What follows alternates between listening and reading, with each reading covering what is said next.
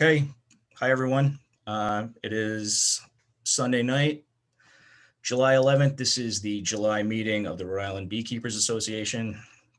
For those of you who don't know me, my name is Scott Langlis and I am the current president. I'm going to keep club business to a very brief minimum tonight. You may have heard, if you're following us on Facebook, which I hope you are, or read the email announcement for this meeting, we had a confirmed case of American foul brood in Pawtucket about 3 weeks past now.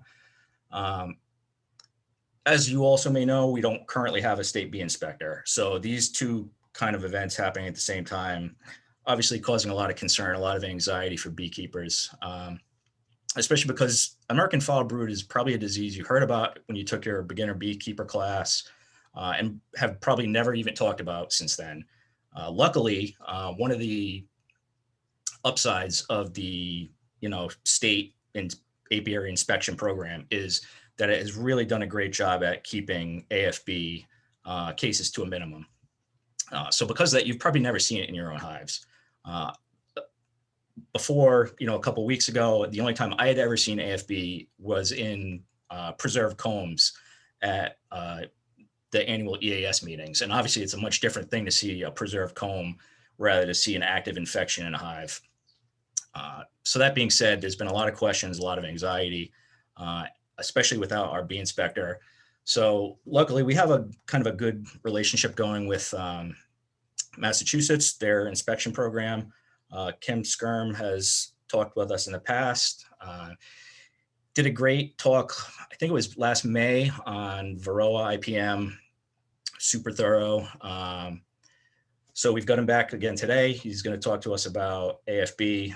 And I don't know a lot of the specifics of this presentation today, but I assume it's going to be a general kind of overview of AFB symptoms, treatment, prevention, hopefully prevention. So with that being said, I don't have anything else in the way of RIBA association business. I would suggest, if you haven't, do send in your hive registrations to DEM. Even though we don't have an apiary inspector, when I spoke to Jim last, he did say to continue to send those paper registrations in.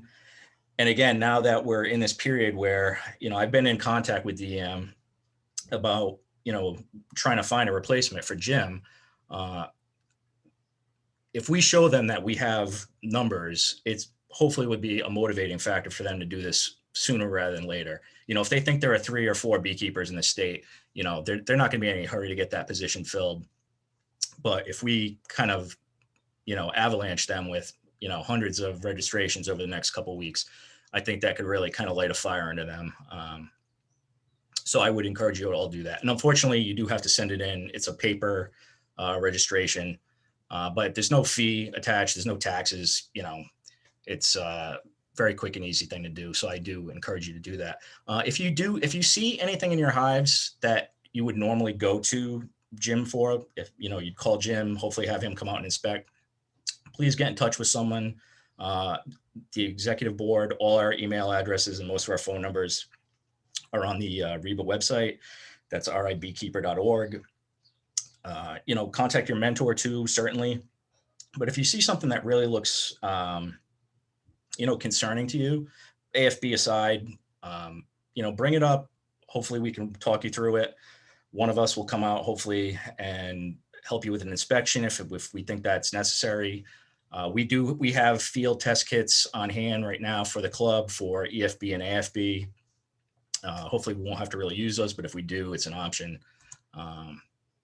So yeah, if you see something, again, and please don't feel embarrassed. I mean, healthy hives get sick. That's just part and parcel of being a beekeeper. So it's not a reflection on you as being a bad beekeeper or negligent. The healthiest, most robust hives get into bad stuff out in the environment. Fences don't keep them in. So if you see something that looks a little troubling to you, please do get in touch with someone. And Sarah, if you're there and you want to talk to us about Washington County Fair, Sarah Michaud is our vice president. Yep. So the Washington County Fair is happening this year. And as far as we know right now, it is going on at full capacity. So RIBA usually sets up a booth. It's an educational booth, but we also do sell honey and honey sticks. I'm not sure if we're still going to do the honey this year, but we are definitely still going to do the honey sticks, and we hand them out to the kids. And usually we bring an observation hive when we're there. So the dates are August 15th, which is a Wednesday, August 11th, which is the Wednesday, through Sunday, August 15th. And we need volunteers to help man the booth.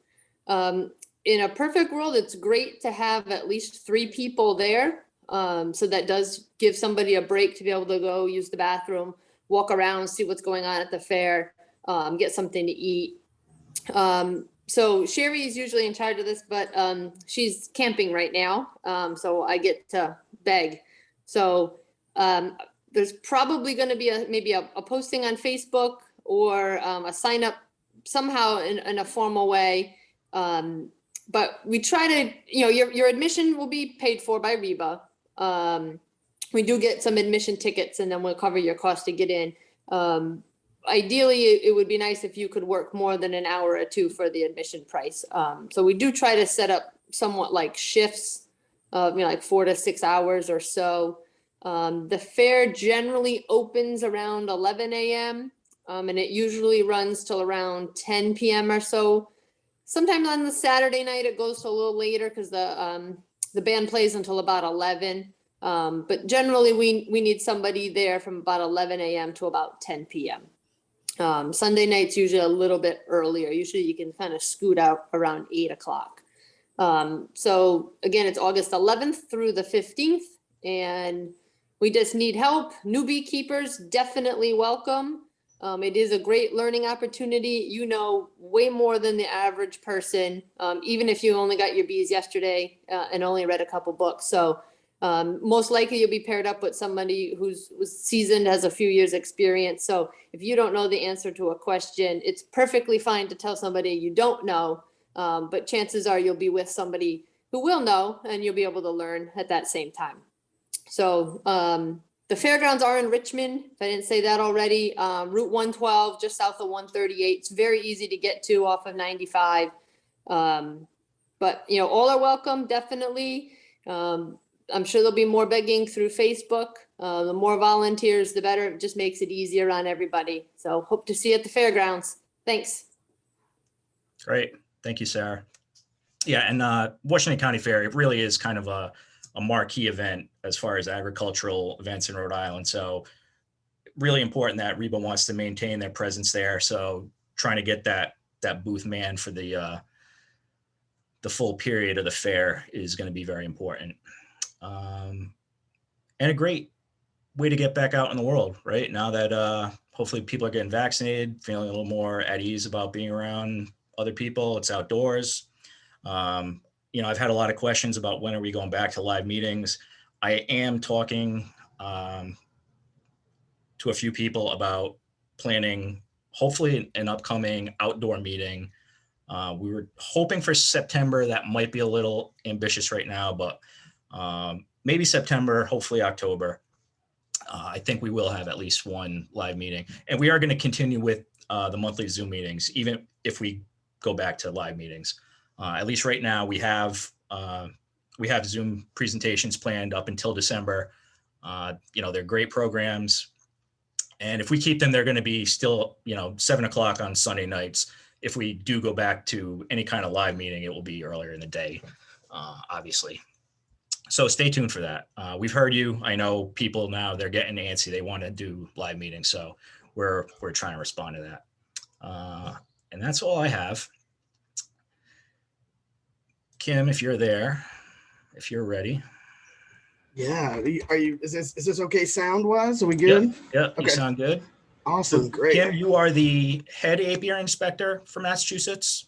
Yes. So, and we actually have all's well at the meeting. Thanks so much for taking time. Paul Tessier, who is basically the assistant head apiary inspector or chief apiary inspector. And he is our new full-time inspector. He's been with us for a couple of seasons, but he's now full-time. So yeah, this is awesome. Great. Thank you, Paul. And Kim, are you also the current president of the Apiary Inspectors of America? Yeah, so I'm also the president. So I'm wearing a lot of hats. I usually do these meetings. I actually have an Apiary of America, Inspectors of America hat. So I have to kind of keep all these hats straight, both in physical and kind of virtual land. But yeah, so I do both of those. So I get an opportunity to obviously be able to chat with apiary inspectors all over the U.S. and in Canada. So it's a really Great. neat organization. Cool. Well, thank you so much again for being here. And without further ado, Kim. Yeah, let me grab this. Okay, so let's get started. Can everyone see this okay? Okay, great. Thanks so much for having me. Everybody, let me turn off this.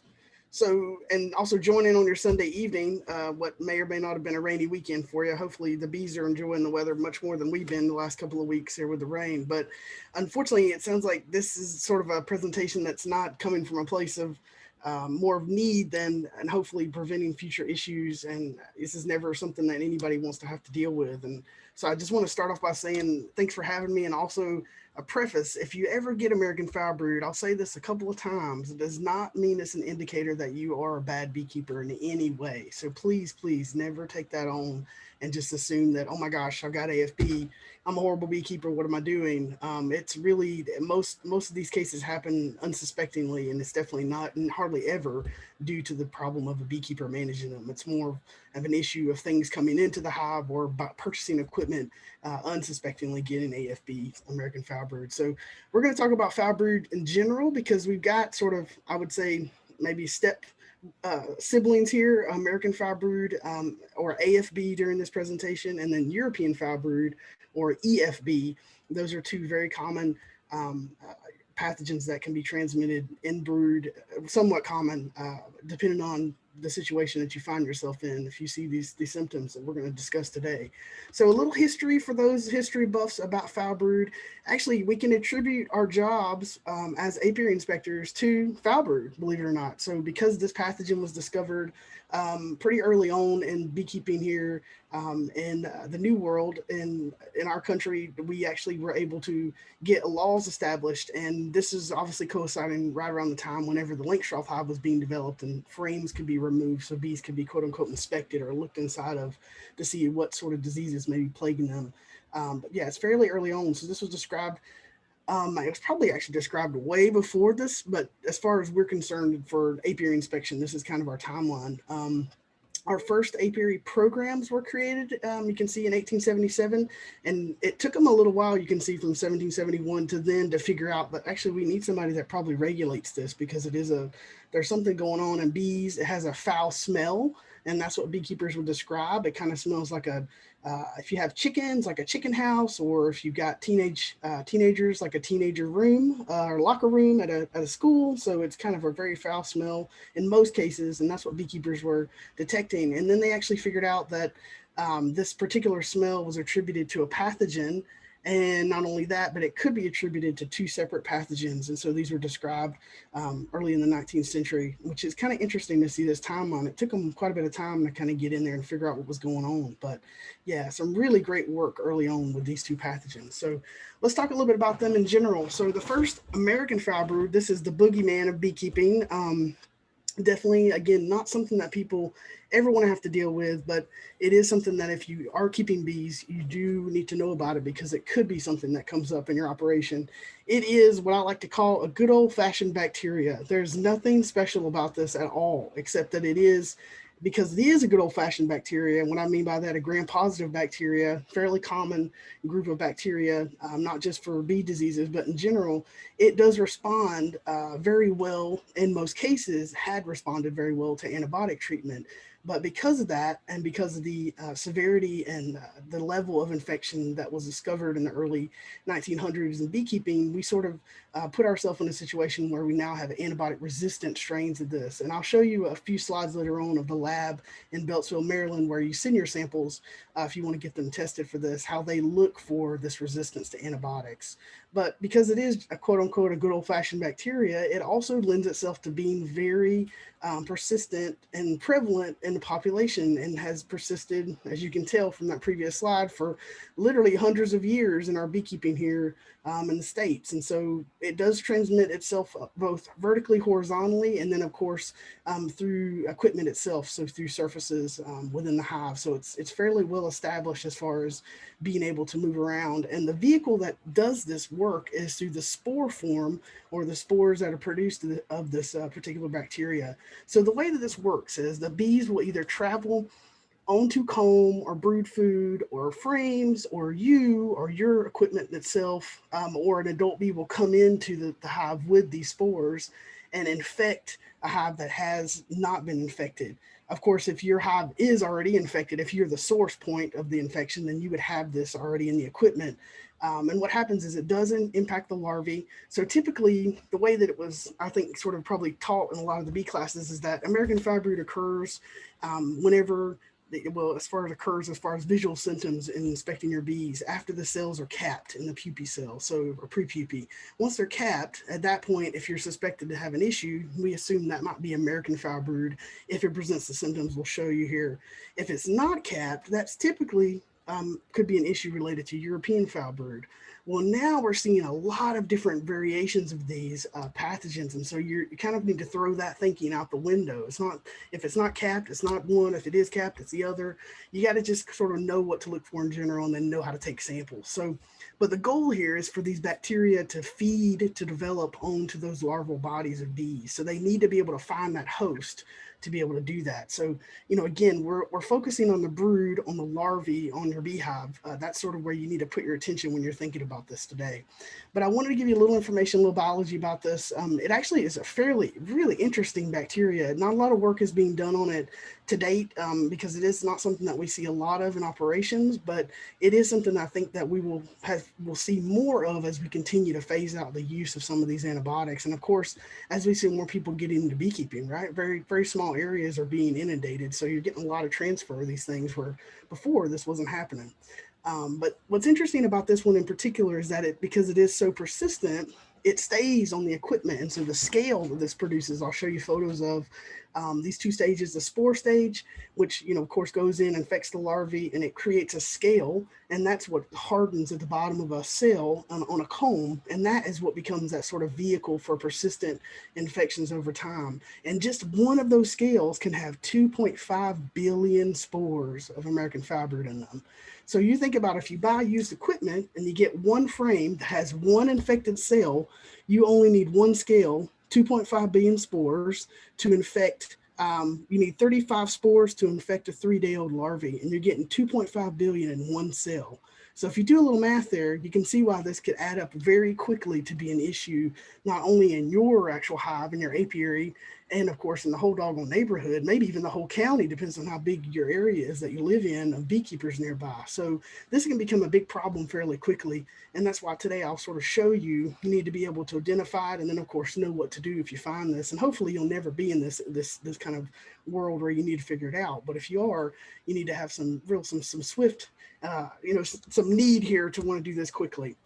So once those larvae are infected, the bacteria feeds upon them and it goes through the life cycle of American foul brood, and eventually you end up with that scale form. Usually the scale is very hard to see, and seasoned beekeepers can often have a hard time seeing that. And even as apiary inspectors, we can have a hard time seeing it. So what we encourage people to do is, if you find something suspect, is to take a sample. So we'll go through that in a little bit. But most of the infections that occur in equipment with AFB are reinfections, or in this case, if you have, for instance, we've had beekeepers here. A couple of years ago, I had a case where an elderly couple had kept bees for years and years and years and put them on the same equipment, and the equipment was infected with American foul brood. And every year they'd put a new package in, and every year the hive would die. And so, you know, you can keep these sort of vessels for infection in the landscape. So if you're thinking about, hopefully you're kind of moving ahead of me here and thinking, oh gosh, now someone wants to buy used equipment, probably not a good idea because of that potential. So how is it transmitted? this is what a very key slide for you to really think about and take home. So American Foul Brood is a really an interesting one because it is so ubiquitous in how it moves through the hive, because it has that spore form, right? That spore stage is what's doing the damage. It can go through the colony. So physical materials of the colony, in this case, I'm more referring to the bees themselves, the comb, the things that make up a colony, workers, robbing, drifting, swarms that you may be collecting or that may be collecting in your apiary that you're attracting. The queen, yes, the queen. She can also pass this. The brood, so if you've got frames that you're sharing from one apiary to the other, or if you're making splits and you're sharing things, be mindful. Of course, any of the food that's material that you're feeding, or if you're actually sharing honey frames. So you see why this can become a real issue if you've got a dead out hive. And this year we actually had a couple of these cases come up in dead outs where they were sharing honey from a dead out and had infected most of their apiary with this. Of course, the tools that beekeepers are using, these are not huge sources of infection, but it definitely can be in a vehicle to transmit this. So, something to be mindful of. Equipment, if you're using equipment from one hive to the other, if you're borrowing some folks' equipment, this is another area that you could definitely get this. And actually, Varroa mites, there's been some recent work showing that Varroa mites themselves can transmit this. So not only did we have a myriad of ways you could get this, but now the mites themselves can bring it in and move it around. So a lot of ways you can get American Foul Brood into your operation and or keep it, sustain it. So these are all things you need to be very mindful of. Now, let's talk a little bit about European Foul Brood, and then we're actually going to go in and show you some photos of how you can identify this, and then hopefully leave you with some tips on things to do to prevent this from ever happening in your apiary, in your bees.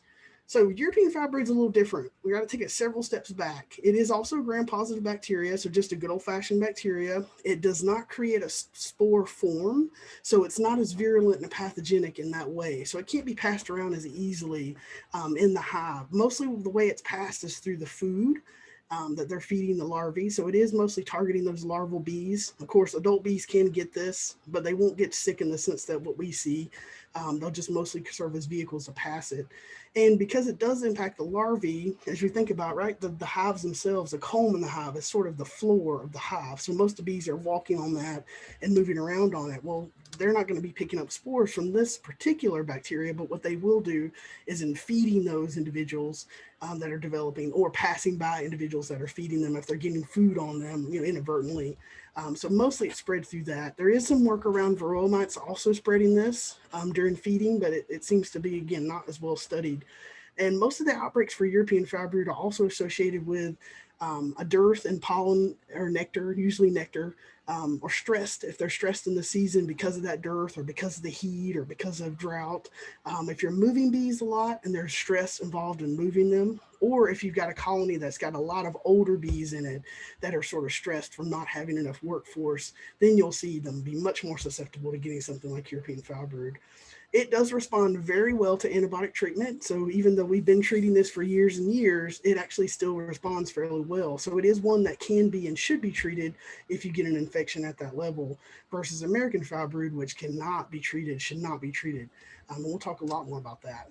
So what do we do? What do you need to think about doing? I'm going to assume that everybody is concerned they could have either one of these, right? This is not something that we want to just assume that we don't have, but we need to be aware that we could have it at some point in our beekeeping, and sort of just a quick little action step list that you can note down of things to do.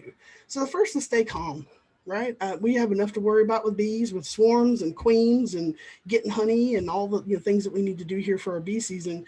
You got to have a plan. So you need to go into this really level-headed. And if you hear of a beekeeper that you think may have American or European Foul Brood, don't judge them. It's not their fault. I mean, bees are going out into the landscape. They're not, we're basically interviewing every single bee that goes in and out of the hive. So you need to be really, don't be too judgy, and more to, put your support hat on. How can I help support this person? What do we need to do to move forward? And get a plan and how you're going to attack this if you think you might have an issue. The first thing to do is, if you go through a hive and you see a problem, then of course don't freak out, but also go through all the other hives that you have, because bees are not in a vacuum. They're probably at one point or another, bees have went into the different boxes that you have in your apiary. So you want to go through everything. You also want to go through things that are stored. So if you've got a bunch of equipment that you used last year that you may or may not have used this year and you can't remember, then you definitely want to go through as much as you can to see if there are any symptoms, any visual symptoms that you may have problems in those.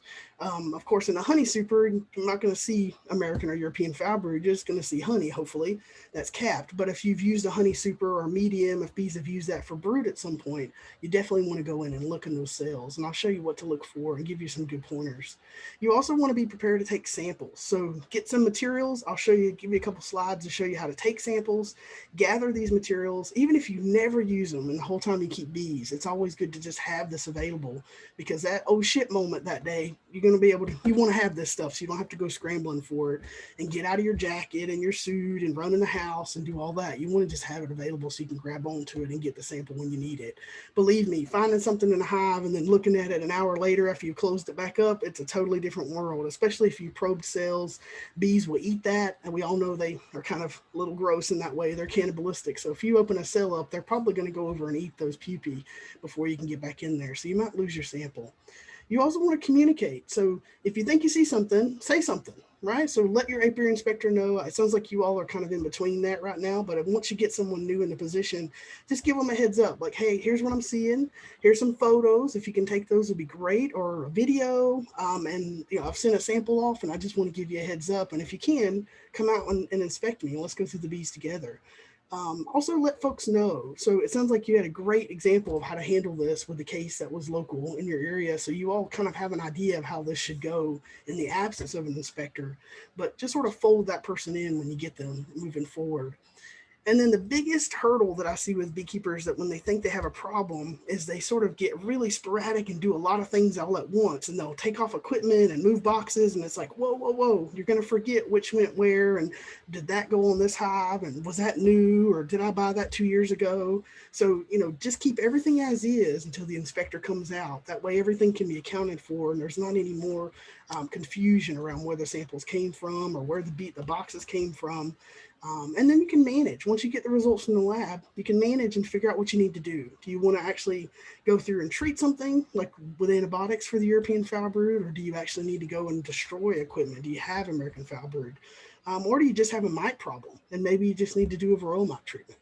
So you need to kind of get a plan in there. And if you have the stuff at the beginning to do this in the stay calm phase, right, that first plan, the very, very start of this, you'll be able to move through this a little faster. So just to kind of give you an idea of how this should work as you're thinking in general, if you ever get this. Now, the first big part of this, right, is you got to become a bee inspector. And everybody is. If you keep bees, you already are a bee inspector. The best bee inspectors are beekeepers. And that's what anyone would tell you. You have to be a good beekeeper in a sense that you need to have a really keen eye for details. So, when you're going through the bees, you want to look very closely at the frames. You can see this particular beekeeper is moving bees away from the comb so she can see down into those individual cells. So, don't just assume that, if there are bees on a frame, that it's good to go and you see a couple of brood cells. The 1 or 2 cells of American foul brood, as we just saw earlier, can really cause a lot of damage quickly. So, and we've had destructions of hives just from 1 or 2 cells of American foul brood. And believe me, we caught it really early. So it's definitely possible to see a beautiful hive and just see 1 or 2 cells of that first vegetative stage starting to come in. So you want to be really diligent if you see something suspect to go through the hive very, very thoroughly. Now, the things that should catch your eye are something like this particular frame where you've got spotty brood, or if you don't see a really nice uniform brood pattern. And this frame is interesting because even though there's not a ton of open or cap brood, it is pretty spotty. There's a lot of open brood. So this should really catch your eye that something happened here. There's some cap brood, but it's really sporadic. It's not all close and tight in the pattern. And there's obviously been a little bit of a issue here where the brood, the egg laying was stunted, and then she was able to restart again, or maybe perhaps those individuals expired between those 2 different stages. So there's been something that's happened here that's caused a disrupt in the brood laying, and you want to look for that in these frames. And actually, this particular frame has a really nice case of European foul brood, and of course, if we could zoom in person, you'd be able to see that. The other thing you want to look for, and these are textbook photos from a couple of years ago, this diagnostics of treatment of bee diseases from the Bee Informed Partnership. I think since I've had a new version, but these are still great photos. Very telltale textbook examples of what this looks like. Unfortunately, it's probably not always going to look this way. So I'm going to show you some other photos that don't look nearly as good. But in general, for American foul brood, you want to look for something that in cap cells, typically cap cells, not always, but typically, they will have kind of a very small bit of perforation or sweating, it looks like, on top of those cells. Some of them will be discolored and sunken in. And you'll notice it is a little bit of a spotty brood pattern in general. I mean, this is very old comb in this photo, so that should be a really big tip for you as well. Some of this American foul brood is found in the oldest and kind of really dark comb in the hive. Not always, but usually, especially in these older hives. The other thing to look for the cells is you want to see stuff that's perforated. So usually whenever a cell has American foul brood, the bees will, like most things for developing larvae or then pupae in this case that are capped, the bees will let each other know. And of course, not letting you know as a beekeeper per se, but they're doing that. You can see their behavior of opening of the cell when this individual has expired. So you want to look for these holes in the capping. Sometimes the holes might be an indicator that the cell is being sealed. Right, that's a healthy individual that's sealing the cells. But most times, if you see something like this, it's going to be obvious that there's holes or something going on. And you'll also notice that some of these may even have some scale that is, the bacteria is actually in process of consuming in vegetative stage, moving from vegetative to spore stage, going through that development. So you can see that. It's just actually a really nice photo to see all of them. But you'll see that kind of, because of that different life stage of the bacteria, you'll see that perspiration and that real darkness in the cell. Now, this is another photo that we took, actually, Paul took a couple of years ago, maybe last year, Paul, maybe year before, of a cell that was almost textbook where you could see that perforation on the top. And it doesn't really look as obvious as the previous photo, right? Because it's not super dark comb, it's not kind of gross, doesn't catch your eye. It almost looks like someone dropped honey, or maybe you had some sweat that fell off of your brow when you were looking at the bees. But it definitely was telltale sign when you start looking at the rest of the frame. So you want to be able to read not only those cells, but the whole entire frame. And then of course, from those frames, the whole hive to see what's happening. And then once you see something that looks suspect, so it's got perforated holes, it's dark, it's capped, you can see a lot of spotty brood on this frame if you kind of look out past the Q-tip here, you can start probing these cells. So get you a Q-tip or get you a stick, a toothpick. Actually, I really prefer like a 6-inch skewer that we use on a barbecue. You can get them from grocery stores. They're wooden skewers. Those are great. And I'd get those really 6 inches or 8-inch ones if you could find it, and really get in there and open up those cappings, because guess what? These larvae are probably already dead anyways, so you're not going to cause any damage. And even if you do, it's only a couple of larvae. But open up those cappings and see what's inside the cell, what's in there. And if you see something like this, it should never be discolored or gooey. It should be nice and bright white, sort of what you're looking for the larvae. Really nice color. You might see a little brood food. You might see hopefully a couple of eyes looking at you thinking, why did you open my cell? But hopefully you don't see anything like this that's gooey and discolored, it's sunken. Something that should catch you and go, oh, this is not what I think that should look like. If you've never seen what a pupae looks like in your hive and you're scared to kill one, I recommend the next time you go into your bees, do yourself a favor. I know this sounds bad, but I want you to open up a few of these cap cells that look good, so you know what the good ones look like. Because if you understand what that healthy cell would look like, then you'll really understand what this would look like if you see something abnormal. So you got to train yourself as a beekeeper to do that. And I understand I'm telling you to kill a couple of healthy bees, but it's really important because it'll teach you very quickly what a healthy cell looks like. Another thing you can do, and I always hesitate to share this with groups, and because I do it, but you can also eat one of these. Believe me, if you ever eat a pupae or a larvae that's healthy and you eat one that's not, you will know. You will remember that for the rest of your life, and you will know. So yes, I'm telling you to put things in your mouth as a beekeeper. Believe me, you got to use all your senses when you're out there. So if this works, try it. Otherwise, definitely probe a couple of these next time you're in your hive, because you want to be able to see what it looks like. Now, the ropey part of American foul brood is what you're seeing. So the ropey, you'll hear people talk about the Ropey Test. And what that means is, think of like a piece of rope, being elongated.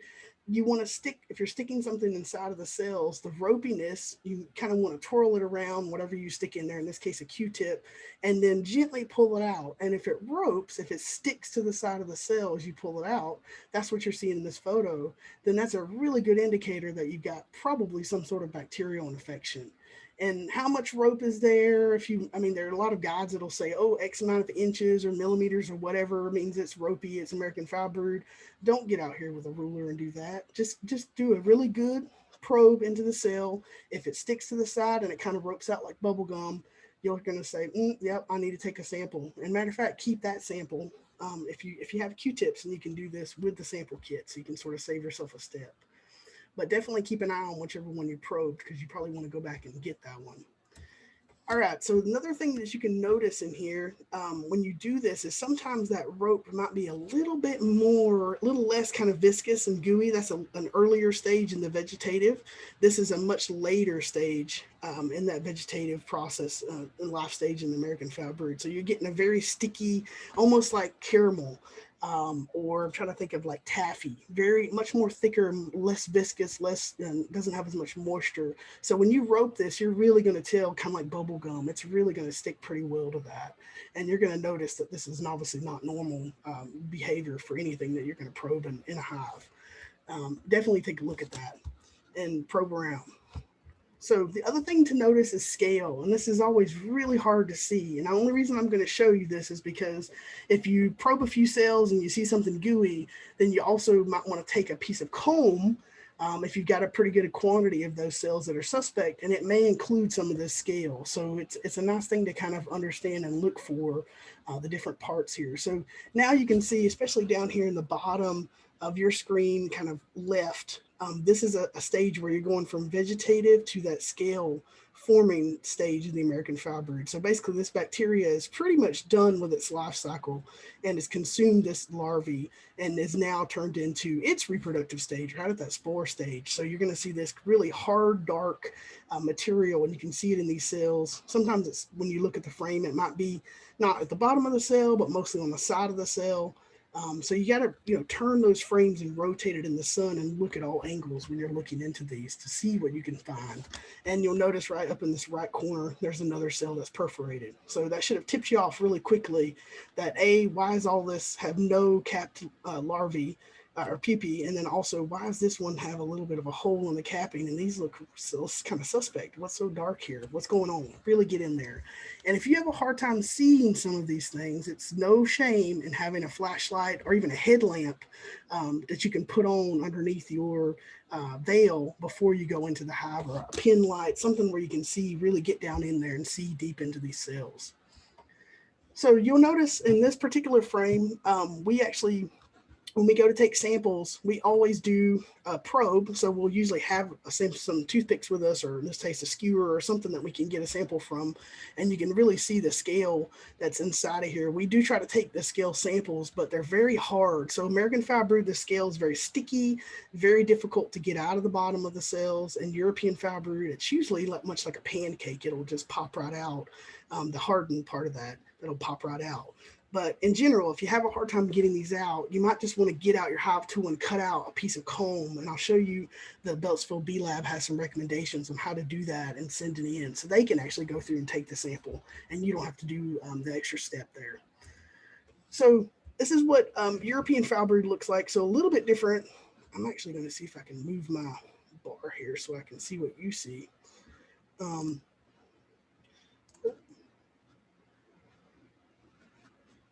So European Foul Brood, a little different as far as the larva goes. Typically, the early stages of this particular bacteria occur.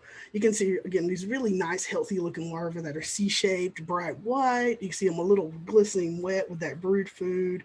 They're just laying in the cell. They look great, right? That's normal. Hopefully, in the next time you go in your hive, I told you to probe some cells, but also look at these larvae and make sure you understand what normal looks like for a really nice, healthy, white larva. Now, European Foul Brood tends to really really like to impact those early stages before they get into that pre-pupae and pupae phase that you see mostly with American, but not always. And you'll see this kind of yellow or canary kind of beige colored larva that just may not look right. If you look at it and you go, something's going on there. Something doesn't look kind of nice white. There could be something happening. And actually this particular photo is a great one because it shows you some of the very first stages of development for the European. It comes in, it just starts barely turning that larva yellow, and then you start seeing it go through and continue to consume that and reproduce in that larva. And then eventually it can even be like almost a real yellow kind of viscous color, catch your eye. Some people are like, oh, they're eating yellow pollen. And it's like, no, they should still look very white as larvae. And then as it continues its development, it again is consuming that individual. And so you'll start seeing the tracheal tissue being exposed. And I'll show you a couple photos of that as well. So we'll keep going here. So again, really nice kind of shotgun pattern of brood. This should catch your eye, like something's going on in this frame. It should be nice and, full of brood that are capped. And the fact that it's not should be like, oh, what's going on? Let me catch my attention here. And actually you can see all the different stages of European on this frame. This is a very early stage, right? This is healthy. So get ready to get your eye sort of trained to what looking like healthy looks like. And then we've got an early stage infection, a little bit later stage infection. They're really progressing now, really progressing. And then now you can start seeing there's tracheal tissue in these. Definitely the ones that you see down here in the bottom. They're almost kind of black. You can really see that and see it kind of push through.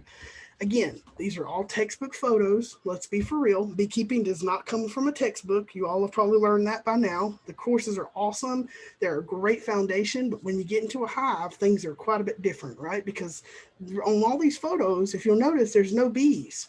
Well, hopefully if you have a hive of bees, you're going to have bees on the frames that you're looking at. So it's going to be a little harder to see some of this stuff. So as I mentioned earlier, you need to be prepared to be able to move adult bees around so you can see down in these cells. So you'll notice here in European, it's kind of interesting because it will also sort of take the shape of kind of when the larvae are pushing to the side of the cell. So for a healthy cell of larvae, you should see them down at the bottom. You should never see them curved or leaning on the side of the cell. These individuals, they don't move a lot as larvae. They have no eyes. They do not poop. And all they're doing is eating. So they literally just wait to be touched with brood food and they move their head up and eat. That's it. They don't move around. They don't dance around in there. So you should never see them laying on the side of the cell or moving on the side. You should always look and see them in a C shape curled in the bottom of the cell. So if you see something like this that's elevated or kind of moved on the side, it should really catch your eye because that's going to tell you that something's going on with those individuals. And actually, this is a really nice photo. I think another one of yours as well, Paul, that you took where you can see the tracheal tissue very nicely in these. And again, just tracheal tissue, it's a telltale sign, but it's very difficult to see in some cases. So just look for those individuals that are definitely on the side. So you'll notice here in this particular frame, you can actually see how this is a shotgun pattern. And inside of the pattern, you'll notice that a lot of these cells have some of these sunken individuals that are inside of them, but also that you'll see inside of the cells themselves, you can really start seeing the larvae that are being consumed. And actually a couple of healthy ones too. There's a healthy one there, there's a healthy one there. And you'll notice, right, these perforations. So this should have caught your eye as you're looking at this photo. There's something going on. Right. Number one, why are only a handful of these individuals capped? They should all be fairly uniform. We know how queens lay their eggs, usually cell by cell by cell. So she does it in a group. So there's been some sort of disruption here in her egg laying and also the development of the individual or the immature bees. And so why are these cells not all capped? Why are some of them have holes in them? And then, oh, wait, there's something down in here that's kind of sunken to the side. So those are all the things as we're going through as inspectors, we're doing those mental checklists without even thinking about it. And of course, this adult bee is not going to move out of the way for you to do it. So she's just going to hang out. So you might have to kind of rotate that frame and look in to see these different pieces. All right. So this is a good example here of other diseases that don't actually have anything to do with either two bacteria, but look like it. So let's talk about some lookalikes right now, because that's where it gets a little difficult. So those are European and American foul brood. That's what you look for. That's what they look like textbook, right? That's what you should see. And some of those are also not textbook that you should just comfortably catch your eye. So get some tips in there on what to look for. This is called Sac Brood. Very different, but it also is a brood disease. So this is a virus. It usually impacts the prepupae, and you'll notice it is very different than the other two bacteria. Then it does not typically turn the developing bee a different color. So there's not going to be yellow or dark. They almost are always white. Their heads do not develop. So you're looking at a little teeny head here that never developed. And that's why the virus itself stunts that. So sac brood virus, not a big issue. There's no spore form and the way the other bacteria work, and it's not going to wipe a hive out. You typically see sac brood when you have other health issues. So it's like when the hive is immunocompromised, if it's already weakened, you see some of these other infections come on and be spread, be visible in the hive because the bees are already infected. So you see them expressed. This is another good example of a brood disease. It's a fungus. So this is chalk brood. And I don't know if folks see that the way I do, but I always think about like a sunny side, or an over easy egg or over medium egg with the yolk in the center. That's what chalk brood eventually looks like, especially in these early stages. It kind of looks like an egg yolk with the white egg around it. This is a fungus, and typically in our area, we don't see a ton of chalk brood. We see it mostly coming in with the nukes that we inspect, and then sometimes we can see cases of it pop up. But typically, if you have really good ventilation, if the hive is not in a real shady spot, if it's not super wet, they'll clean this up fairly easily. You will tend to see like bigger infections if there's a real big problem, but you typically will see them start clearing it out. Like you can actually see in this hive, they do have some healthy larvae that are not being impacted. So they might be going through sort of a stressed event here, or maybe cleaning out these frames. If you see this, if you see a whole bunch of it, of this chalk brood, you'll see the little chalks, the mummies that are kicked out in the front that are much darker and gray in color, typically at the front of the hive, is another indicator on your bottom board. You can usually get rid of the frames this is on if you're concerned, but this is not usually a big issue for us. And then we've got our friend here, the Varroa mite, that never seems to go away. And will probably not go away in our lifetime with beekeeping, but it also presents some kind of weird symptoms that we would maybe look for. Typically, if you have high levels of Varroa mites, you can see something like this, where it starts this parasitic mite syndrome or varroiasis, depends on what researcher you're reading or talking to, where basically the bees, or hygienic behavior, where the bees are uncapping the pupae of the immature bees that have been killed by the Varroa mite. So you see, in essence, what are little people faces of bees looking at you. So I always tell this to beekeeper: once the cell is capped, you should never see the face of a bee ever until it's an adult bee. So if you see a frame like this and the cell, and you see a little face with eyes that are looking at you, they're dead and something's going on. So you should never see this. It should be a real telltale sign for you. But because it does have eyes and it is a face, and it is of course not discolored in most cases, this is not a bacterial issue. Another example of a Varroa mite high infestation, you can also see cells that are perforated. You can also see cells that look kind of a little discolored. And then once you probe this with whatever materials you have, you'll notice that typically the bees will chew out whatever they can of the diseased and developing bee and remove that from the cell. So it's not actually a bacteria, but it's them trying to clean out the hive. So if you see this, actually I should also preface it, it may not all be high levels of Varroa mites. It could also be the hygienic behavior of the bees actually going through and making sure that the cells that are dead with developing individuals from high levels of Varroa mites, the Varroa mite disruption, the life cycle is disrupted. They open up those cells. So you might see some of that. Now, this is an interesting one because this particular cell has been opened and this bee's tongue is sticking out. So this is typically, people see anything to do with the bee's tongue sticking out, they always say, oh, pesticide poisoning. I mean, it could be, but most likely not, because everything else here, the symptoms and the mite load that was obtained in the wash told us that the high levels were so high. This was definitely a Varroa mite issue. So these individuals are dying as they develop, not from bacteria, but from those high levels of Varroa mites. Again, another example. So hopefully you're noticing a trend here. When you pull out a frame of brood, you should see a really nice pattern of, for the most part, if it's supposed to be capped brood, it's all capped pupae. If it's not, it's supposed to be open brood, it's all open pupae or open larvae, instead of this sort of shotgun pattern where you see holes of open cells and closed cells, or cap cells and not cap cells, and you saw disruption in the development. So this is what you should not see. This should really catch your eye. And again, Varroa mites have really done a number here on this hive. It's definitely clearing up, killing a lot of bees in this. Now, if you open up some of those Varroa Mite cells, you might get something that we hear in the beekeeping community called Sac Brood. And Sac Brood is interesting, or sorry, Snot Brood. Snot Brood is interesting because it doesn't have like a official definition from the science community, but in essence, it is a discolored pupa that has been killed by Varroa Mites. And if you probe the cell, you'll notice it looks kind of malformed and weird, but it's not yellow or beige where there's a bacteria feeding on it, but instead it's just been killed by Varroa mites. So the bees are trying to pull out whatever parts they can of this developing individual and clean out the cell. And sometimes they're able to get it all, and most times not. So if you do feel like you've got, those are kind of the look-alike brood issues that you might see in your hive that are not European or American, but you kind of need to know what they look like so you can diagnose this.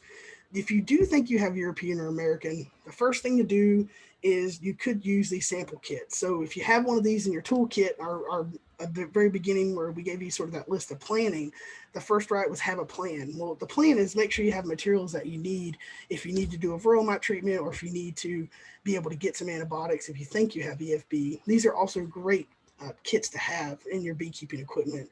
Be very careful on how you store these. They are available from the bee supply companies. They work fairly well, but you should never rely solely on these kits. And the reason I say that is because they can give you false negatives and false positives. And I'll show you an example.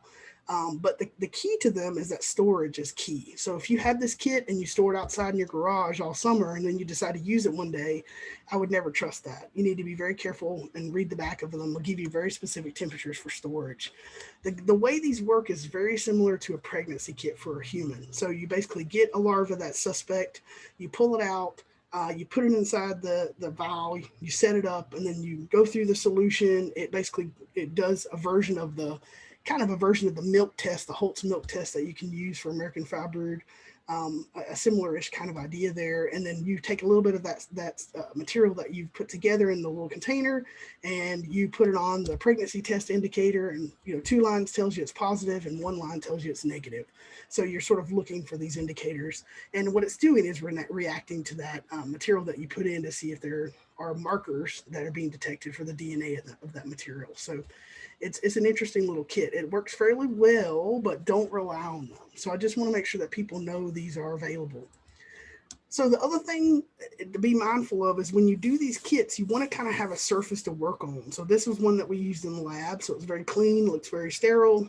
This particular sample, we took half the sample and sent it to the Beltsville Bee Lab. Half the sample third of the sample went to the bee lab, third of the sample used in this kit, and the other third of the sample went to our molecular lab that we started using as a way to sort of test all these different lab services and, quite frankly, these kits. And what we found, and you'll notice, is that we don't have a positive sample for European foul brood, but the kit, the lab actually found that the sample was positive for European foul brood, both of the labs. So, this is a great example of where this kit was giving us a false negative. And this particular beekeeper was able to get some antibiotics and treat for European, and it cleaned it up fairly well. So one last little bit we'll leave you here is if you do anything in your hive and you just have any sort of suspect for American or European foul brood, you always want to probe it out. This is my little saying, when in doubt, probe it out. So always have material that you can take a sample with, have those skewers, have toothpicks or twigs or whatever you can get your hands on. It's really nice to have this in your beekeeping, and that way you'll be able to open up these cells fairly easy. It's very difficult to open up a cap cell with your hive tool, so don't just assume that you can use that. You can't get down to the bottom of one of these as easy, so you want to have this material available so you can use it. Now, if you do want to keep a kit in your possession, or if you want to request one, so we actually do give these out to our beekeepers. We might can wink wink nod nod, have a package show up at RIBA from Massachusetts. I don't know, maybe, if folks are curious in these, and we can hand you a bunch. But the goal is that they're fairly simple. They're just a couple of sterile Q-tips. They're pretty large, long, which is nice. And then you have an envelope that you put your information on, what sample information, your beekeeper information. You stick that in a mailing envelope. It goes straight to the Beltsville lab in Maryland, and they go through there and pretty much will be able to go through and take the sample for you and do a detection. So it's a really nice little kit to have. We give them out to our beekeepers. We continue to give them out, and it's really a nice way to kind of have a one-stop shop if you ever suspect that you might have either one of these.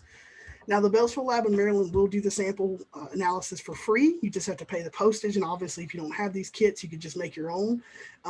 This is just one that you can see that you use with a Q-tip. So if you have those, you can just keep a little section of those in your bee equipment that's sterile as you can get on a baggie. Or you can actually take a comb sample that you'll see using your hive tool, or if you've got a comb, little 2-inch by 2-inch comb sample core that you purchase from a bee supply company. Maybe even use it for your comb honey. You could use that to take a sample to send the comb in. So it's nice sometimes to be able to do both. Now, the lab itself, these are slides direct from Beltsville, Maryland, by the way. So I'm going to show you some various information that's kind of nice from the source. This is what the samples look like when they come in. I don't recommend, even though this photo shows it, to ever put your sample, that your comb or your smear or your swab samples in plastic, ever. So use a paper bag always, or a paper envelope, just because these are bacteria and you don't want to kill the bacteria. And because Beltsville is not going to do molecular testing for you, they're only going to use agar plates. You need to be really careful to not kill that bacteria. So you want to be able to wrap that in paper of some sort, newspaper, anything you've got, but do not use plastic. That's not a good photo for that. But I show you because that's what the lab would show you. So this is what they do for the samples themselves. They recommend a comb. You want to have a nice piece there. They give you some specifications. No honey at all. So try to get comb and brood that does not have honey, because it will be very difficult for them to work with that. And you also want to wrap it again in paper, even though he's got a sample there in plastic. So the samples, that you can get specific information on their website. Most of you have probably seen this. They'll give you all the instructions, really easy to access at any point in time. If you Google USDA Bee Lab, this is the first link that comes up on Google, and also the contact for the lab. So make sure you know this, because if you send a sample in and don't hear back about your sample, the lab is pretty inundated throughout the season. So you want to be able to follow up with Sam as much as possible. And he's awesome to work with. And usually when they get a sample and they do analysis, they'll send you the results in an email, or if you don't have email, they can mail them to you. They'll also send the results directly to your state apiarist if they have their contact information. So in your case, you're in between apiarists, so just make sure the person coming in hopefully will be aware of this. If they get emails from the lab, that they'll know. And this is not sort of a gatekeeping service. What it's done, it allows the beekeepers themselves, right, to have this, the processing of the lab, but it also allows the apiary inspectors to be able to get the information. So if for some reason your email doesn't work or your address doesn't work, they can send that to you. We've had that happen a lot here, where there's been sort of a typo in the information, so we can get it back out to the beekeeper. Now, what Beltsville does is they actually look at these samples under the microscope, and then they will plate them out on agar plates. So I'm going to show you a little snapshot. So they'll go through and take from your brood swab or your comb, they'll suspend that in a little solution, and then they'll plate it on these slides and look at it. And it's very easy to tell these two. It may not look that easy in the photos, but it's very easy to tell these two bacteria apart if they're present. Well, number one, are they present? And if they are they both present?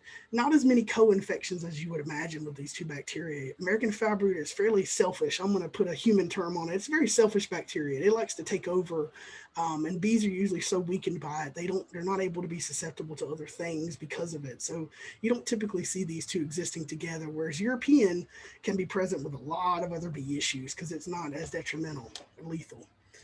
Then you'll see here with their samples that people have sent in. They will also take them if you ask for American foul brood testing specifically, they'll go through and do a sensitivity testing for the antibiotics, which is interesting because it doesn't matter. You should never treat American foul brood with antibiotics, but the Beltsville lab will do the sensitivity testing. So if you get these results and you see that, the reason I mention it is this is why you may see that information on the results, is because they actually do this testing. And it's nice for our world because some of our states do not have regulations specific to American foul brood, and so they may let their beekeepers treat with antibiotics. So it's nice that they offer this testing. You can see them doing a smear here to see they're streaking some petri dishes. So they want to basically see if it's resistant, and they use these teeny little, think of you taking this pill of the antibiotic. If you were to take a tablet of, oxytetracycline or something like that and eat it to get rid of the bacteria, they put it on the plate. So their bacteria is covered in American foul brood from your sample as it's deemed to be positive, if it is, and then they actually put it there to see if it will kill, the antibiotic will kill the American foul brood. So you can see how the difference is in the plating. But yeah, so if you see that result, if you see that language, that's what this refers to. That's why I show you. All right, so a little bit of information. I'm going to actually put it all up at once. So this is the 2020 information from the lab. They got in, I think, about 1,800 samples total. 652 of them they examined for foul brood, both American in this case, and then the next slide will be for European. And then 163 of those samples that were requesting just foul brood analysis had, so about 26% of them was positive for AFB. So that means in your world, if you suspect you might have AFB, you're about 26% likely to have AFB. So I know that doesn't sound like a lot, but if it does, if you got a lot of hives or if you're concerned or just in general, that's a pretty high amount to gamble with. So when in doubt, probe it out and send your sample in. And then you can see the resistance information there. So here's for European foul brood. I'm going to go and put it all up. They had 652 samples examined for that, and 22% was positive for European, which is really surprising, Paul, for seeing this. This is probably the first time you've seen these slides. I was really surprised when I saw this because we see a lot more European foul brood by far than we see American. But again, we're not seeing or submitting 652 samples. This is from across the US. So this is everything in general for last year. But just to kind of give you a little snapshot of how much and how prevalent this is. So let's revisit this really quick, and then I think I'm pretty much done. We can take some questions if people have them. So the action steps, so we pretty much have done our stay calm. We've done our inspection at this point. We've hopefully taken some samples. If you think you have a problem, you've let your apiary inspector know, you've let your club know, or beekeepers in the area. You've quarantined your bees, right? And then you're going to hopefully wait on these sample results and manage if you need to, whatever the results say. So at this point, if you do get the results back and they do come back positive for American foul brood, the manage and the treat on this is the same thing for most of the New England states, if not all of them. The management would be burn and the treatment would be burn. So you would burn, in this case, a hive, nuke boxes. We also burn large piles of equipment. We burn an apiary. The goal here is not to eradicate you as a beekeeper, right? It's to eradicate this bacteria. So anything that was infected with American foul brood confirmed by the lab will need to be burned. So that's why you as a beekeeper need to be really careful on how you keep your records in the operation. So I want to give you some tips now how to avoid pretty much everything until now in the presentation. How do you not do this? How do you not get this? How do you not have it? So before you have to deal with American foul brood, European foul brood, if you're going to get one of these, is probably going to be way more common. You can treat this. So if you do get a European foul brood and the lab confirms that's what it is, you can actually get oxytetracycline hydrochloride, or OTC, or terramycin. You can actually purchase it from the bee supply companies, but you will need a veterinary, a VFD, which is basically veterinary. You also need a veterinary client-patient relationship. So unless you know a veterinarian that's willing to give you a prescription, and there are a lot of them without having this basically means that, like a dog or a cat, you need to have a relationship with your veterinarian. So you're not going to bring the bees in the office. Do not take them to your vet's office. Oh my gosh, I can see that phone call. Oh my gosh, the apiary inspector in Massachusetts told me to bring my bees in. I'm just going to hold them and wait on you to call me back. Do not do that. What you can do is call them and just let them know. But go to bvets.com, this website there on Find a Vet. There's a lot of them listed. They're putting their information on there voluntarily. They'll probably, write your prescription without having to go through a lot of these hoops, but it's hard to know. You need to check with the veterinarian because that is their license. They need to follow the law. So, everybody's different in how they interpret this, but they should legally have a relationship with you and then write your prescription if they determine that you have European foul brood. That determination could come from the lab. So if you have the lab email, or if you've got the hard copy of the lab results and say, hey, you're my veterinarian, here's my results, I have this, can I get the antibiotics? That might be enough, but it really depends on your veterinarian. They may not feel comfortable with that. They may want to come out and actually take their own samples. So once you get this, if you do get yourself in the situation and you do get oxytetracycline, it is very effective at European foul brood and it cleans it up really nicely. I recommend only going through this amount of work and steps if you have a very severe case of this. In most cases, European foul brood will be cleared up with good honey flow or good feed, and does not typically require this level of treatment. But, and Paul can attest to this, we had a lady this year, Paul and I both were about ready to throw in the towel and tell her, you should just get rid of this colony. And I think if you want to share that at some point, Paul, she ended up getting this antibiotic and treating her bees, and he went back out, and it was a totally different world. It looked like it had bees we hadn't even seen before. They were so healthy and they looked so great. And this was down to the point where they had, again, Paul, don't let me misspeak here, but a frame or two of bees and honey and brood. I mean, this was very little left in here to be worried about. And she went the extra step and got this. So it's definitely worth, if you're willing to put in the time and energy and you've got a bad enough infection of EFB, this can really pay off to you in the end. So something to think about. Now, we do have a couple of fact sheets. They're just one pagers, not this hour version of me lecturing at you here, but definitely real quick kind of snapshot cliff notes of what these look like and what you can look for and how to contact all the resources. And there's a lot of other stuff on the internet available too, but if you want to use these, they're available on the apiary website. If you go to mass.gov, mass.gov, and you type in apiary or bee, we're the first link that pops up. So there's also a really great guide from the World Organization of Animal Care, and they have an OIE guide to American Foul Brood specifically. It's awesome. So if you're curious and if you're kind of a lab geek or you're a nerd and you love this kind of stuff and want to know how we came up with the methodology and the sampling and how labs process this is what labs use as a standard. It's literally the world standard for how this is processed. So you can alternately have this available if your veterinarian is seeking information about how to do this, maybe in their own clinic, and they say, hey, do you know of any guide I can use? This is the Bible for how to do this in the lab. So it's a great resource, and I throw it out there in case you're interested and want to learn more. The other thing I'll leave you with are a couple of really good tips. Maybe this is my rant. This is the ranting version of this, where the parents are pointing their fingers and shaking them at you.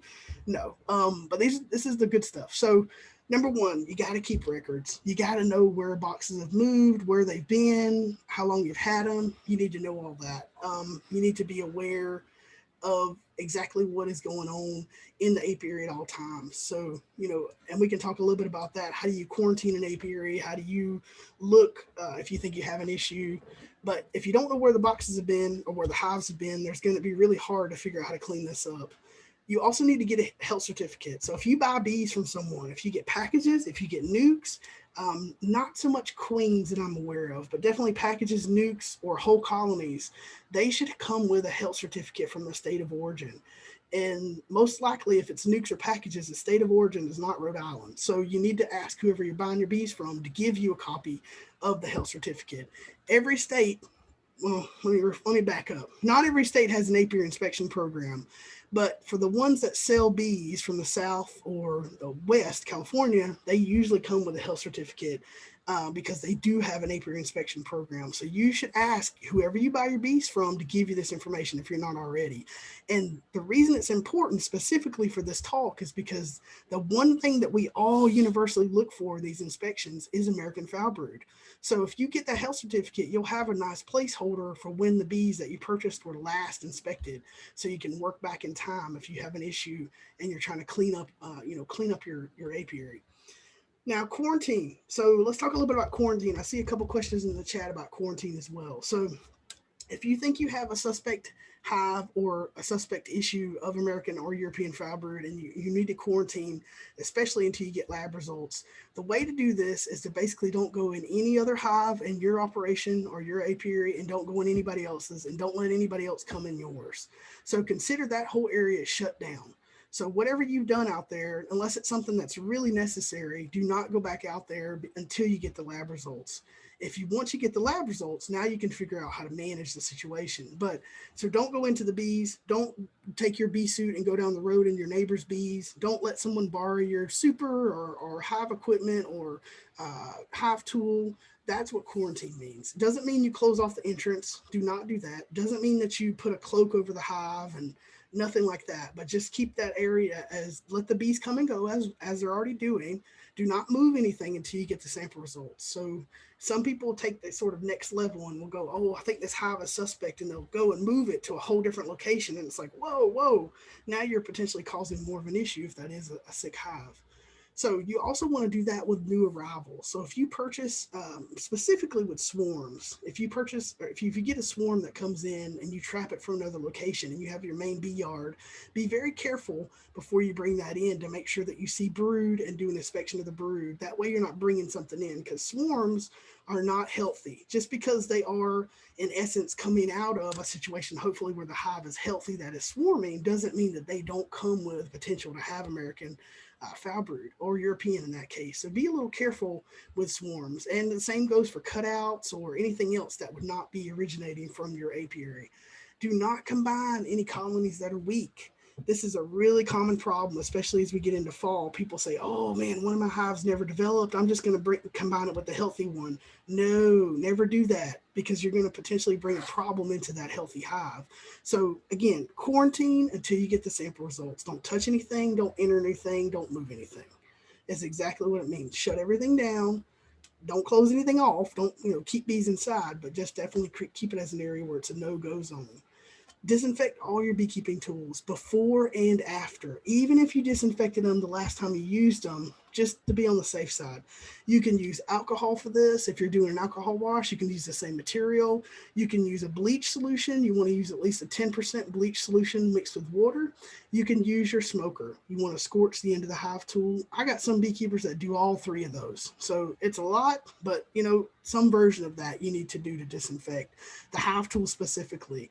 Your bee jacket, if it's been rough and you've never washed it and you went into your hive and you have a suspect hive situation, you can either wash that, be careful how you wash it and what material, but definitely don't, reuse that. Don't go down the road and go visit your neighbor's apiary that you've been waiting to get to with that same jacket, with that same hive tool, with that same smoker. Wait till you get all these results back. Do not open air feed. I'm going to repeat this one. Do not open air feed. What does that mean? Do not put a feeder of sugar or syrup or pollen patty, or I don't even know, some tincture that you came up with, and let bees eat it from a feeder that is not attached to a hive, because this is going to create a buffet of potential exchange of bacteria. And American foul brood loves this setup because, as we know, it can be spores on a bee themselves. So don't do it. Don't also use one hive to feed. I've had some beekeepers that will take a whole hive setup, pull out all the frames inside, and just stick 2 liquid feeders on the inside of it. So bees just come in and out of it. And they're like, well, it's not open air feeding. Well, yeah, but it's still a vessel where bees can transfer these pathogens back and forth at a feeder. Requeening does not solve American foul brood. It does not solve European foul brood. Requeening does not solve any bacterial issue in your hive. So I see some beekeepers go, oh, I've had an issue with my bees, I'm just going to requeen. It's not going to solve either one of these. It's definitely could be a great option if you have other problems, but this is not a management tool that you should be using. Also, do not buy used equipment.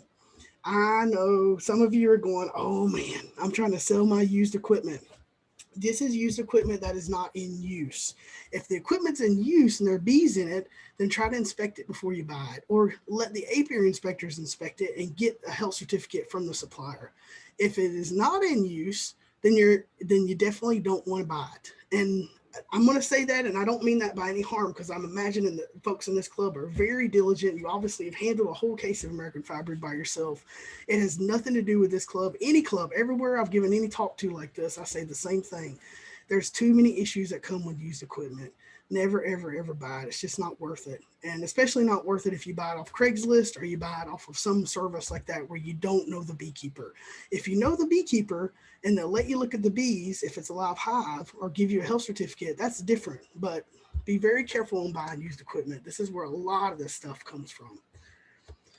All right, that's my soapbox. So remember, even the best beekeepers can get AFB. I really hope that you take this from this presentation. This has nothing to do with you as a person, you as a beekeeper, or anything that you've done. Really, what it's about is a bacteria that is wanting to survive in the world, and bees are its vessel for reproduction and life, and you happen to be keeping that organism, so it's going to be attracted to you. And every once in a while, Someone's going to get this. Even the best people get it. Some of the best, your mind would be blown if we could divulge some of the beekeepers that we know that have had American Foul Brood. I'm just going to leave you with this. Some of the people that we really covet in the beekeeping world that are the greats that give talks at all the bee clubs, they have had American Foul Brood. Some of them had it very recently. Some of them had it last week. So, be real careful who you're worshiping, because everybody has it. It doesn't mean that they're not good beekeepers. It doesn't mean that they've never had it. It just means that this is something that knows no bounds. It only knows bees. Bees are the currency on where this lives. So stay calm. Let somebody know if you find it.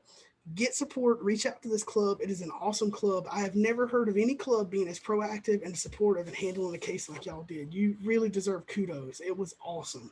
And I think that because of that, you're ready to take on any other issue here if anybody has this.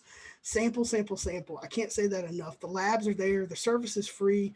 Use it. They tried to shut this lab down in 2018 because there weren't a lot of use of it. And so we really boosted this up.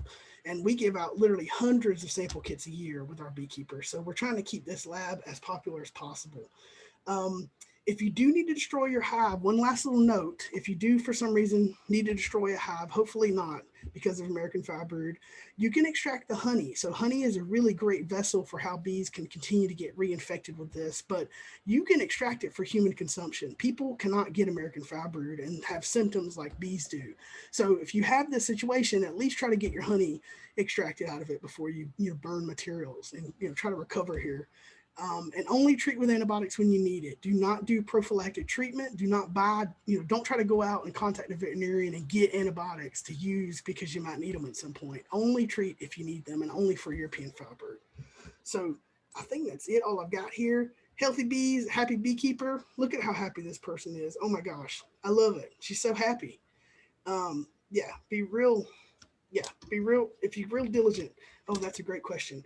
If you extract the honey, yes, your extractor can be infected. So if you're a club where you're sharing honey extractors, you need to be really careful about how those honey extractors are being exchanged. That comment about extracting honey was if you're using your own extractor. So if you borrow someone else's, be really clear that you're going to use it and use it for this purpose. And of course, after you use it, you want to be able to disinfect that with bleach. So be real careful if you're not using your own extractor. That's a great point to extract the honey. Thanks so much, everybody. Hopefully this helped, and I'm happy that we're able to do this, and definitely in the future, we're happy to provide whatever support you need. We're really excited for whoever your new bee inspector is going to be. We want to get them into our New England collective here, and we're trying to beef up our group here in New England and make our services really strong as a region. So if you ever need anything, I know we're literally a border away, and we can't technically offer services to Massachusetts, but to Rhode Island because of our Massachusetts beekeepers. But if you happen to have an apiary in Massachusetts, then technically you're one of our beekeepers. So you're welcome to use the services. We're here for you. And Paul, if I missed anything or misspoke about any of these examples, definitely let me know. And feel free to speak out. So hopefully people aren't asleep. I hope this was good for folks. I hope I didn't preach too much at you. I am from the South, so we get a little fire and brimstone, and it is Sunday. So hopefully you got some stuff there. But yeah, we're always here if you need anything. And honestly, if you ever have a suspect situation and you got photos, you can text them to us, you can email them to us. Even though you're not one of our beekeepers, we'd be happy to provide support. That's what we're here for. We love this stuff. So thank you for the opportunity to talk to y'all, and I hope you have a great evening. And honestly, I hope you never have to deal with either one of these. But if you do, you got a lot of people here to support you. So thanks, everybody. Thank you, Kim. Again, I want to express our gratitude for all the support you've given us. Sure. I know you've been in contact with Cindy regularly, when she first suspected this and sent the samples out to Beltsville. You and I, we were talking in pre-COVID times about bringing your microscopy class down to Rhode Island. Oh, yeah. We have such respect and such admiration for the extension and inspection programs you guys have in Mass. It really is like a model that I hope someday we can try to emulate in some form. Well, I'm going to kick this actually over to Ed, because Ed, I was here a week and you and I went to lunch, and I'll be honest with you, I took a note full of notes at that lunch, and the beekeepers have driven the program in Mass. So I'm going to leave you with that tip, and I'm going to encourage y'all, get a fire in your belly and tell your new inspector what you want, because if they're a good government official, they'll try to make it happen. And if you don't ask, you won't get it. So our beekeepers are really great with that. We asked them what they wanted, and we've tried to move this program in every way towards that as much as we can. So please do that with your new person. Now's the time. Get them in there. You got fresh blood, so do it. Right. Kim, I want to thank you for responding to the call. So to get this done quickly, well, to help ease people's minds and so on. So thank you for getting here to do this as soon as you did. Yeah, for sure. Yeah, definitely. All right. Good to see you. Good to see y'all too. Yep. Have a good evening, everybody. Thanks so much for letting me come. Cool. So Thank you. Kim did mention earlier the Vita test kits.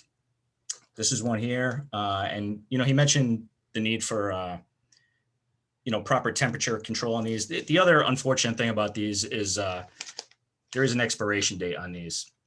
So be aware that, if you bought one of these 3 or 4 years ago, it's probably not usable now. And even if it is, would you trust it? I wouldn't. So, I mean, these are cheap. They're like 15-ish bucks, depending on where you get them.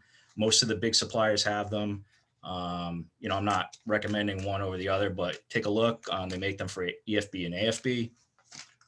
And I know a lot of the slides from this talk came from this book, Common Honeybee Diseases, which we do have available as part of the RIBA collection at the library. This is an awesome book. It's spiral bound, really nice, like laminated pages. It's bilingual, so it's in English and Spanish. And these are full frame photos in here, full page rather. So really, really easy to see. Not like, some of the microscopic things you might find online. This is another kind of good field guide, which is from Penn State. It's a little older, so some of the information may be a little bit out of date, but again, spiral bound. It's got a lot of good pictures. If you saw the email announcement for this meeting, I did send out links that had several other disease specific books that we have in the library. If you look at any kind of general beekeeping, the Hive and the Honeybee, ABC, XYZ, they'll all have information on AFB, but there were some specific links to disease prevention and health. There was also the link for how to submit samples to Beltsville in that email if you missed that. So we tried to kind of give you kind of one-stop shopping there. I'm just doing a quick. I'll say, and let me know, Scott, too, if there needs to be a package that shows up from Massachusetts. I don't know where it came from, but if it does come from the apiary program that has a bunch of sample kits in them, let me know if that's something of interest. We can definitely share with our southern state here. So, absolutely. And Kim, I'll give you kudos again, because when we went out to look at that case in Pawtucket, I had some of those kits that you guys put together that I snatched from like one of your field days. And obviously we just changed the return address on it, but again, it's like such a model for how to do this right, in my opinion, that sure. it was so easy to use that. So you mentioned the extractor. There is a question here. Where do you draw the line between treating versus destroying equipment? I think you were pretty clear on that, but. Yeah, I think for AFB, be really careful, because I know, I'm not at all disillusioned. We love our bees. We don't want to destroy them. We do not enjoy burning stuff. I'm going to be honest with you. Every time I burn a hive, I cry on the way home. It is not fun. I don't enjoy it. I know bees are going to die, but unfortunately it creates so much of an issue. There's no way around it, especially for where we are, just because beekeepers don't live in a vacuum. So even if we let someone keep an AFB hive and treat it, you're never going to, that was not clear in the talk, but you're only going to treat the symptoms. It does not kill the bacteria. It doesn't kill the infection. So, it's like having a human version of the herpes virus or cold sores right on your lips, right? So you can get the treatment for that, but you're always going to have a flare up of those. Even though it's not a virus, it's going to keep coming back and back. And so it's just, there's never a reason to treat AFB. It's not going to service anyone. Now, EFB, on the other hand, I would be really careful and don't just destroy that in the first, indicator that you have it, because you might be, again, Paul can share that story. It was such a mind blower to us, because we thought, man, this hive is a goner. And next thing you know, this is resurrected from the dead. So, it looked awesome. That drug is a wonder drug for European foul brood, and it cleans it up very quickly, by the way, I'll add. Within a week and a half, you should see total different symptoms in there and issues corrected. So it's a quick treatment as well. And we don't have a lot of time in Northeast when it comes to beekeeping. So we need things that are effective and that are quick. And that's a good one if you have EFB. So I would recommend you put in the energy to try to find that antibiotic if you get EFB versus destroying equipment and material. You know, again, if you got a hive and you got a frame or two of bees left and it's sick and it looks a mess, that's a lot of work to do for something like that may not rebound, especially right at the time of year you find something. So keep that in mind. If you get something like that in August, that's too late. It's not going to rebound. It doesn't have enough time to build back up for our winter here. So, but if you get something like that in March, you know, or April, it's a different world. I mean, I would argue that we probably have, and Paul, you could chime in too here, but we probably have about 2 or 3 really good weeks of, you know, beekeeping prep for our winter bees that are going to be produced. So anything that's a problem now in your hives, that's I'm on soapbox real quick. If you got some hives that you've been waiting on to turn around, you give them 2 more weeks and that's it. Don't drag this out, everybody, because you're only doing yourself a disservice and the bees themselves. So try to get yourself set up in August and make them hard decisions at that point, so you don't have to do big corrections. And that treatment goes for the same. But yeah, it's definitely, it depends on you, how much time, energy, you know, how much love you have, and then also how responsible you want to be as a beekeeper. But for European, now American, that should be a 0 tolerance. If you get it, destroy it. Yeah, you know, when we saw that case, I went back to all the books, you know, started reading everything I had personally on AFB, started watching every, you know, good YouTube video I could. The Dice Lab has like a great one. I think there was one by Jim too, out in Ohio. And one of the things I really liked about his talk was he said, you know, yeah, you can use the antibiotics to suppress these symptoms, but at the end of the day, there's like a psychological aspect to this, that the surrounding beekeepers, if they hear that you're using antibiotics, like, why didn't you burn this equipment? It's like, it's sort of, it's like a thing you can do, but do you really, at the end of the day, again, do you want to know that you put the rest of your hives in your yard at risk, your neighbor's hives at risk? Again, none of us, I mean, we are in this because we love our bees. You know, we don't ever want to see a bee die. It doesn't have to die, but it's like penny wise, pound foolish to me. If you're going to try to save like a single colony that, you know, has AFB, you know, you could just knock that infection right out of your population right then and there. But instead you try to limp it along with these, you know, antibiotic methods or whatever other methods the beekeeper tries to employ. And it just creates an environment where that can continue to spread and continue to be a problem. So yeah, like I personally, I totally agree with what you're saying. I mean, and that's got to be the hardest decision a beekeeper ever makes, you know, to have to euthanize a hive and burn equipment. I mean, we're all cheapos at heart. I mean, that's like the one defining thing about beekeepers. I mean, we'll disagree on everything, but we're all cheap to the bone. So to burn equipment, you know, especially drawn comb, is, you know, that's a tough pill to swallow. I'll add a few things. It's tough to get a word in edgewise, but that's fine. One of the things that Kim hit on a little bit, but I'd like to really reassure, is how difficult it is to tell these 2 diseases apart. When you look at the textbooks, they show you textbook examples. There's no bees flying around your head. I can tell you from experience in the field, they both look extremely similar. We do see, you know, a lot of people think of European as a open disease, an open cell disease, where American is the cap cell disease. European is oftentimes under cells. If you start picking cells, you'll find it. The ropiness is very subjective. It depends on how far along each disease is, because we can get, sometimes if you catch European just right, it will rope considerably. One of the times I inspected a colony I thought was AFB because of the scale. I couldn't pick the scale out. Turns out the hive was frozen. It was European scale. It was actually frozen to the wax, and that, so you can get very confused. So my point of all this is, don't jump to conclusions. Like Kim had mentioned, keep a calm, cool, collected head. When you think you have something going on, get it tested. And then once it's confirmed, it is very sad if you have American, you have to burn your colony. It's very disappointing. But I will say, when it's done, it's over. It's just, it brings like a sense of calm, and you just just buy new equipment and start over. It's really not that big a deal. Once you get past it, it's complete. Sometimes people chase these diseases for months, years, seasons, can't figure out what's going on. Once you get it diagnosed and get it properly disposed of, it's good. You're ready to move on.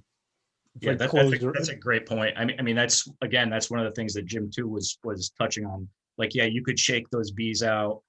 You could just destroy all the combs, scorch the inside of the hive bodies. If you had some kind of problem 2 or 3 years down the road, and you look and you see the inside of that hive body is scorched because you knew you had an AFB problem 3 or 4 years earlier, are you ever going to feel that is reliable equipment? Are you ever going to feel that sense of calm that you're talking about? Of course not. Also, too, with the used equipment, oftentimes, like people get a case of American Fall Brood, they may not even know it. They just lose their colony and they give up and they put their equipment in the garage. And then, maybe that person's not even around anymore and somebody else sells the equipment, oh, look, this bee equipment I found.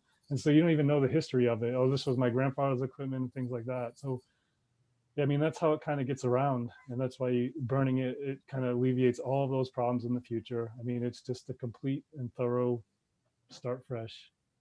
Have you guys seen a lot of cases in Mass this year? I think we're up to 6 cases this year. Yeah, one of them actually from a dead out, which is interesting. And it goes into this question in the chat: is it possible to have AFB in one hive, but the rest of the apiary be okay? Or the whole apiary have to go? So the way we work it in Mass is if anything that's touched the apiary that is found to be positive from the lab. So lab confirmation for us equals burning. If we don't have lab confirmation, we don't burn, and we only burn what's been confirmed. So in a case where you have multiple hives in an apiary, this case actually this year from an overwintered hive, he had 15 hives. Only one of them had a American Foul Brood. The other one was suspect. It comes back with we use a molecular lab for our testing, and they have a sample type called QNS, which means it's there, but it's at such a low level the machine can't detect it. So when we get something like that, now we put that on our radar. And in general, because there were so many hives here, I went back and did another inspection after we did the destruction to give that give those brood a couple weeks to develop, to show symptoms. And then we do another sampling and we send that to the lab. So that'll allow us to see if it's present in the hives themselves. So, it may be in one hive out of 15. In this case, it was, or it may be in, 2 hives out of 15, or maybe in 15 out of 15, but definitely want to take enough samples. That's why at the very beginning, I suggested to be very thorough. After you kind of get through the, oh crap moment, I might have AFB, calm down, take some deep breaths, and then go dig in a little bit more and see if everything else looks good. Just because one has it does not mean they all will have it. So just be mindful and don't destroy them all. Oh my gosh, Paul, we had that one case where somebody thought they had AFB and burned the entire apiary, and come to find out they didn't have AFB and they killed all those bees for no reason. So, don't get extreme on this. That's why I start out with the be calm phase of this. So if it's going to be a burning, believe me, it will be a burning, but don't go to that right off the bat. We have commercial people that will literally start a fire if they have suspect equipment. We're doing inspection, and if we find something in the field, they don't even question it. They don't even wait for the lab. They'll carry it over and burn it. And that's different, right? Those are people doing this for a business, right? They can't afford to have AFB in their operation. They don't feed their family if they do. So that's a very different world. So wait for the lab to tell you before you burn. Kim, can you go back to the keep calm section? I know when we first started talking about this, on Facebook, again, this is something that most beekeepers, especially every year we get an influx of new beekeepers, they've never seen this. And they've probably heard the kind of boogeyman stories about it, and a lot of people, you can tell, like, there's a sense of panic there. And obviously we didn't put this information out there because we want to terrify people. Like, we want people to be aware, to take the proper preventative steps. So can you speak a little bit about being calm? Like, why should anybody be calm? I mean, you showed all those slides where, 5 or 6 different diseases or problems all show, a spotty brood pattern, for instance. Now, everyone is going to see a spotty brood pattern for whatever reason now, and they've got AFB on their brain. Why should they be calm? Oh, Paul is the calmest cucumber I've ever met in my entire life. He's by far, if you ever go to the apiary with Paul, the whole apiary could be on fire, and he would just look at you and go, well, I guess we need to keep moving through the hives here. So I've learned so much from working with him about how to stay calm, because on the outside, I will be collective, and on the inside, I'm a hot mess express. So, I don't want to burn people's bees. It's not fun being bee police. And I think the calm part is really important. If you can do something, I don't know how people calm down, whether it's, don't go get drunk and then go back to bees because you're going to miss stuff. But, however you can take that, just take a moment, scream, run around, whatever you need to do, and then take a couple deep breaths and come back, because you need the best eyes you have, the best senses that you have looking through the bees and making sure that it's not somewhere else that you might have missed. Because if you're suspecting something, then it could be something. Now, if you're someone that suspects something about everything, it's probably not something, right? Because you might be reading too much into it. But like you said, Scott, I hope I didn't put fear in folks of seeing spotty brood pattern. You might just have a bad queen, so don't go burning stuff. I mean, believe me, the other day, Paul, we shared that email exchange, and you said, what do you think? And I literally wrote back, and before I could write you back, I noticed you wrote back, and it was like sent at the same time. And I was like, this looks like a drone layer to me. And you were like, oh, wait, it's a drone layer. So, it's one of those situations where it's not always, it's very few cases. We inspect, I'll give you some data because I love data. We inspected probably a little over 600 beekeepers last year. I don't have the numbers right in front of me. A little over almost 6,000 hives. We found American foul brood in 7 of those cases. So, the chances of you having this are very slim. But if you have it, if you suspect you have it, you probably, you might have it if you see some of this stuff. So, there's a lot of, like Paul mentioned, this is much, much harder to do when there's bees all over the frame, when there's, everything's bees aren't just going to wait for you to get done with your inspection and go, all right, thanks a lot for visiting. They're going to be crawling out of the box, on your legs, wherever, especially if it's a dearth or something like that. So they're not going to be hospitable to this. So one thing I didn't mention earlier is that the way we've taken a lot of these photos, by the way, is we shake the bees off the frame. So if you need to get to brood and you don't feel comfortable moving bees, just shake them back in the box and hold the frame so you can work with yourself. And you can lay the frame down on top of the hive to get your samples, or have somebody, if they're there with you, to help take the sample while you hold the frame. But don't feel like this frame is so fragile you can't do anything with it, because you want to get a really good sample. So shake the bees off back in the box and then work with that frame. Now, it's a frame that has queen cells on it and you're worried about queen production, think about that, because you don't want to go juggling that around. But definitely want to, figure out how to take a sample without bees there, so you can get it, because they'll also eat your sample, right? Anytime you probe a cell, they're like, oh, that's delicious. So be careful. You don't want them stealing all your good goo there. All right. And at the end of the day, this is a manageable problem. So I hope that, just to leave you with a little comfort there, y'all have had your one American foul brood of the year, and hopefully you're done, right? Hopefully that won't happen anymore in your club. I mean, and it sounds like it was handled very well. I was really impressed. I wish our clubs, we could use that as a model here, because I mean, it's so much better if the community can rally behind each other and not make a martyr out of the beekeeper that has this. That's all too familiar, I think, in these cases. And I want to just really hit home with that. Just because an individual in your club had it does not make them a subpar beekeeper. It actually makes y'all rock star beekeepers, because you found it, you've identified it, and you now managed it. You mitigated this situation so it didn't spread any further. I mean, right. A lot of clubs would just not have done that, I feel like. So it really speaks volumes to the ability that you have to communicate with each other, and the support that you have in the group. So keep that up, and hold your apiary inspector accountable to be part of that. Don't let this person, make sure they come in knowing that you have standards for what you would like to see them do. So, that's really important. I want to make sure y'all advocate for yourself, because when you get a new person in government, they may not replace this person for a while. So you better train them the way you want them. I'm gonna put you that way. We've been trained real well in Massachusetts. They say jump, we say how high. So yeah. Well, hopefully we'll have a lot more conversations going forward about, the ongoing evolution of our apiary inspection program, which hopefully will be ongoing and not stagnating. But again, thank you so much for your time, for responding to Ed's request so quickly. I know a lot of people had questions about this. We try to answer the questions as best we can, but at the end of the day, like, most of my information is coming out of a book. It's not firsthand like yours and Paul's. So I mean, having that kind of firsthand real world experience is it's so important to us. And I can't thank both of you guys so much. For sure. Yeah. I think we've dealt with more of these, and we burned more bees than I've ever wanted to burn in a whole lifetime. So I definitely is not something very fun. But like Paul said, there is, again, we'll reiterate that there's something really soothing about the end of this because it is finite. So, you know, if you can go from the initial freak out moment to getting a sample to waiting on the sample results to hopefully you never have to burn, you know, it is a process and there is an ending through it. So just make sure that data drives you, that you can have, you know, some good support along the way, and make sure that y'all communicate with each other, because and if you know of anybody that has it, make sure that you hold them accountable. You know, if you have a lot of people that, I'll give you one last example before y'all leave. I had a beekeeper that has had American Foul Brood for probably about 25 years in Massachusetts, and recently moved out of the state and was moving all his equipment. And he was actually very proud that he had it. He harbored it in his apiary purposefully because he was trying to find a way to eradicate it naturally through science, through using these new RNA markers that are coming through. So he kept that infection and was very proud of it.